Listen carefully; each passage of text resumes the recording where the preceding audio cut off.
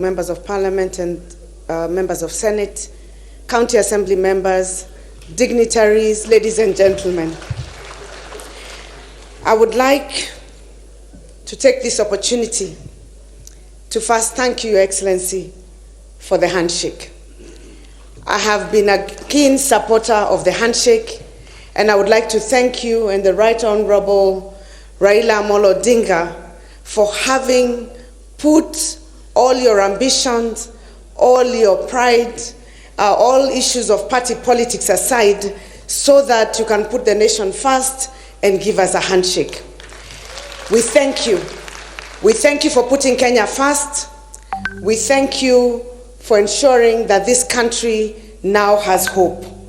I will not talk for long. I think everything that has been mentioned, we are very, very grateful to the committee, and especially on the issues to do with gender. We have seen that now the issue of alternative gender, if a governor is a woman, the deputy governor is a man.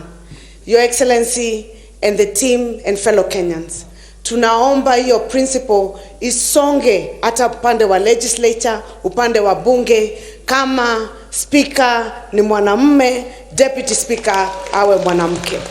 Kama majority leader ni mwanamke, deputy majority leader awe mwanamume. Kama whip ni mwanamume, deputy whip awe nani? Mwanamke. We are not asking for too much. This country, over 50% is women. The people who are going to pass this document are mostly half women. We all have our spouses. We have daughters in our homes. And I think it's about time this country got to the place of gender equality. And we thank you for that which has been done so far. We accept the proposals above for the creation of the Prime Minister.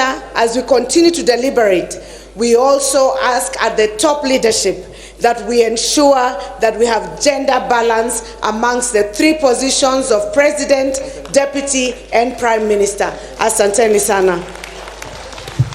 Asante Governor. Sasa tunakwenda kwa chama ya baba na